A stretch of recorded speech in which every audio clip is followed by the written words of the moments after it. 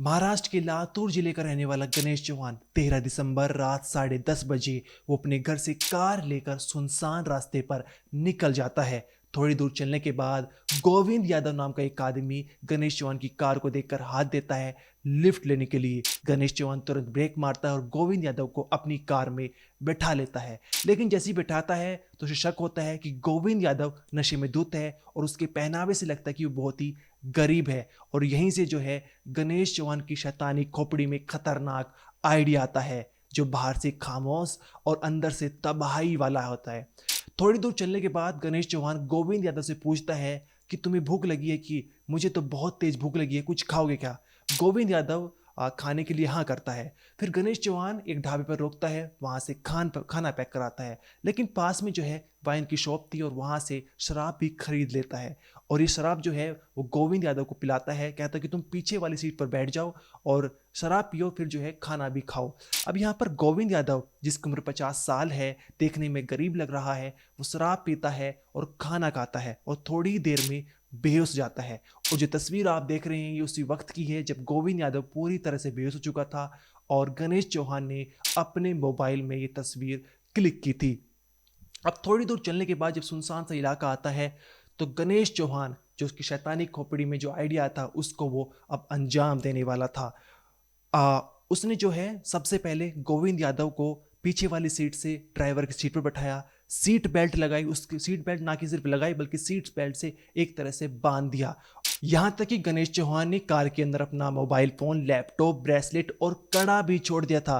अब इसके पीछे क्या कहानी है हम आपको आगे वीडियो में बताएंगे। इसके बाद गणेश चौहान ने कार के सभी दरवाजों को लॉक किया और कार को आग के हवाले कर वहां से फरार हो गया। गणेश चौहान ने गोविंद यादव को सीट बेल्ट से इसलिए बांधा था कि अगर आग लगती हुई दिखे और गोविंद यादव की आंख खुल जाए तो वहां से भाग ना पाए। इतनी देरी में वो सीट बेल्ट को खोले, उसकी मौत हो जाए।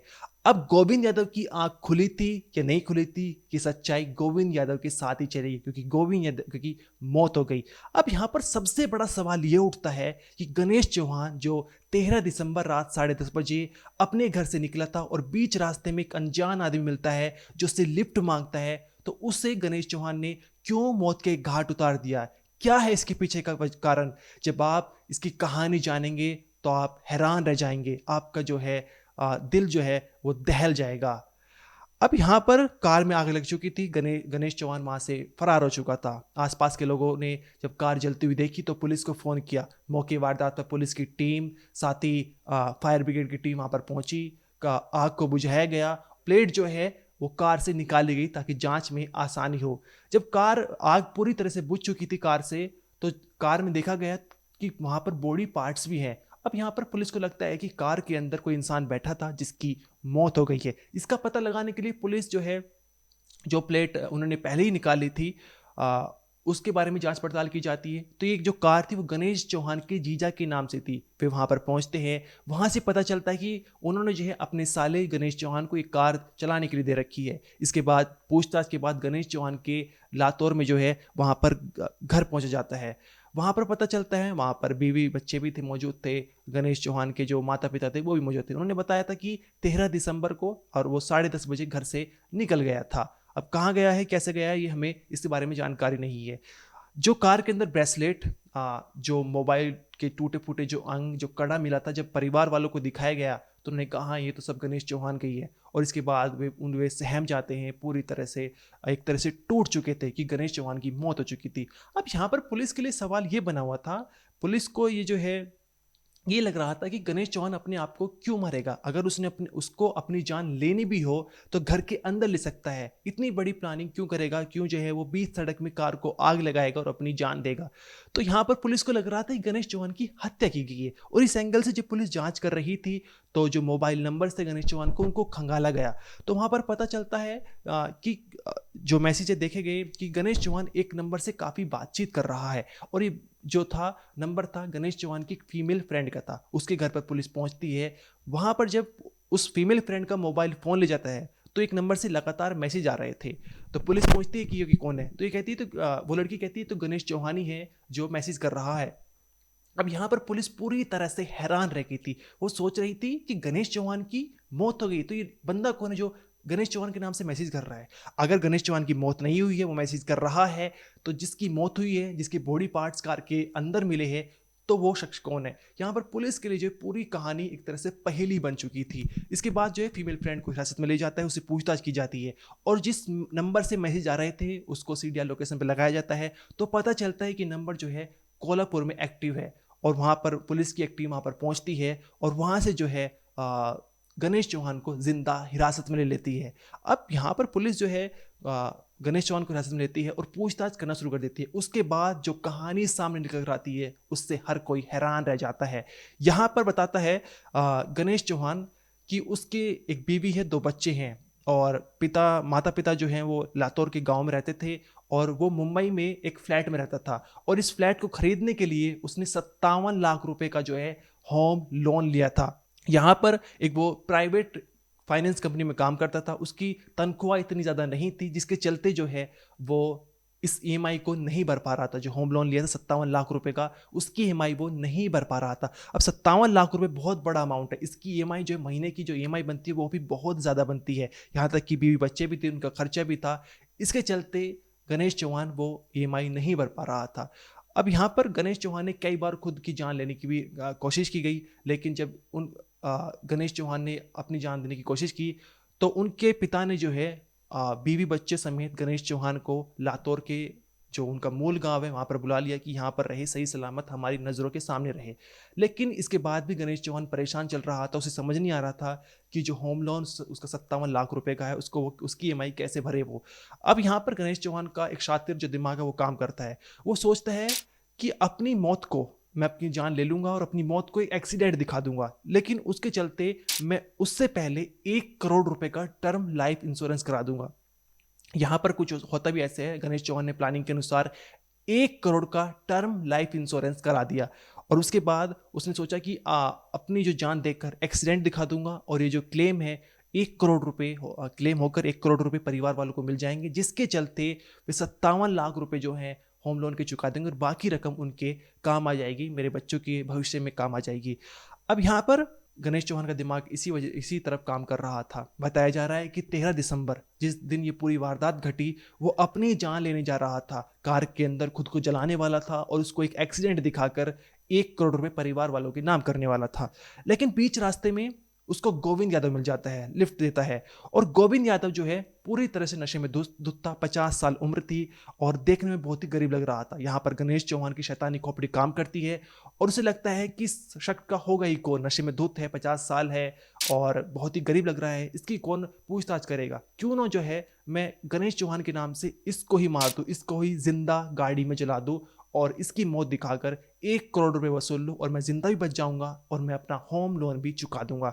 ये पूरी कहानी जो इस तरह से तैयार की गई थी, लेकिन छोटी छोटी गलती जो है वो गणेश चौहान की पकड़ी जाती है और जिसके चलते पूरी कहानी का पर्दाफाश होता है।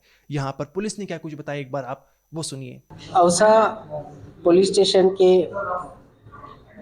एरिया में शनिवार देर रात में पुलिस महकमे को जब पता चला, 112 पे जब कॉल आया कि एक सुनसान इलाके में एक कार या एक जो व्हीकल है वो जल रही है, ये इन्फॉर्मेशन आने के बाद तुरंत पुलिस अधिकारी और अमलदार मौका वारदात पर पहुंचे।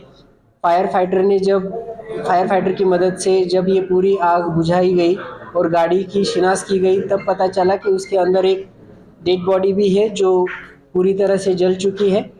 वो उसका इन्वेस्टिगेशन जब शुरू हुआ तब शुरुआती दौर में ये अनुमान लगाया जा रहा था कि जो व्हीकल है उसके नंबर से उसका जो ओनर है उसका जब पता करने की कोशिश की, तब उसका जो ओनर है उसने ये कार जो है वो अपने रिश्तेदार गणेश चौहान नामक इसम को दी थी। और जब गणेश चौहान का शोध यहाँ पर लिया गया, तब वो देर रात 10 बजे अपने घर से निकल गया था और वो उसका वापस वो आया नहीं था, उसके सारे फ़ोन भी बंद थे। तो ये अनुमान लगाया गया कि शायद ये जो जिस इंसान का वहाँ पे स्केलेटन मिला है वो गणेश चौहान ही हो सकता है। इस तरह का पूरा जब मामला सामने आया तब उसके अनुसार औसा पुलिस स्टेशन में एक्सीडेंटल डेथ का मामला दर्ज किया गया। बट पुलिस को फिर भी इसमें थोड़ा शक था कि ये शायद मर्डर भी हो सकता है, और उसी के तहत पुलिस का इन्वेस्टिगेशन जारी था। पुलिस के इन्वेस्टिगेशन में पता चला कि गणेश चौहान की जो एक दोस्त है, उसको जब चौकसी के लिए पुलिस स्टेशन लाया गया, तब उससे ये पता चला कि गणेश चौहान और एक नंबर जो यूज़ कर रहा था, तो उससे उसका चैटिंग अभी भी जारी है। ये पता चलने के बाद पुलिस की जो टीम है वो तुरंत उसका पीछा करते हुए कोल्हापुर और वहाँ से आगे सिंधुदुर्ग तक गई।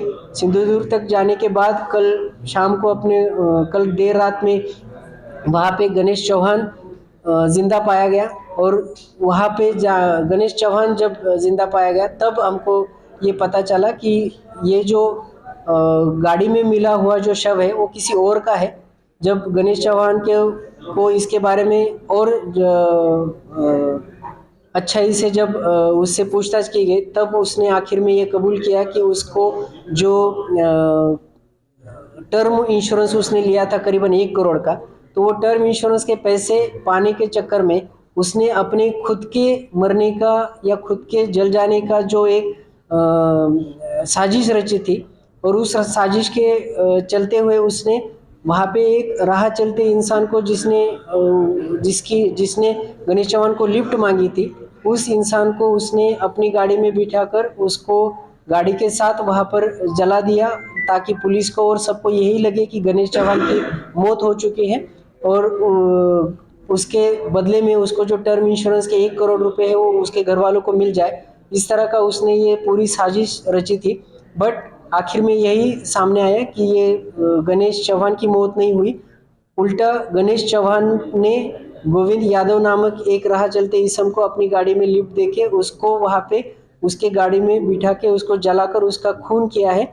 ये पता चलने के बाद आज औसा पुलिस स्टेशन में गणेश चौहान के खिलाफ खून करने का या केस दर्ज हो चुका है। गणेश चौहान को हिरासत में लिया जा चुका है और आगे का इन्वेस्टिगेशन जारी है। कितने घंटे के अंदर आपने इन्वेस्टिगेशन पूरा किया? ये इन्वेस्टिगेशन लगभग 24 घंटे के अंदर लातूर जिला पुलिस ने ये पूरी जो साजिश है वो साजिश को उजागर करके ये खून का जो संगीन अपराध है उसको उजागर किया है। ये खबर हमारे लातूर के रिपोर्टर अनिकेत जाधव ने भेजी थी, जहां पर मुंबई जैसे महंगे शहर में एक इंसान गणेश चौहान फ्लैट खरीदता है, उसके लिए 57 लाख रुपए का लोन लेता है, लेकिन जब ईएमआई नहीं भर पाता, कम तनख्वाह होने के कारण, तो वे 1 करोड़ रुपए का टर्म लाइफ इंश्योरेंस करा देता है और अपनी जान लेने की कोशिश करता है कि जिसके चलते परिवार वालों को 1 करोड़ रुपए मिल जाए और अपनी मौत को किसी एक्सीडेंट दिखा दे। लेकिन जब उसे एक शराबी मिलता है तो उसकी जो है शैतानी खोपड़ी काम करती है और गणेश चौहान की जगह उसको जो है वो जिंदा जला देता है और दिखाता है कि गणेश चौहान मर चुका है। लेकिन छोटी छोटी गलतियां उसकी पकड़ी जाती है और पूरी कहानी का पर्दाफाश हो जाता है। इस मामले को लेकर आपका जो भी कहना है कमेंट सेक्शन में जरूर बताइए। आप देखते रहिए क्राइम तक।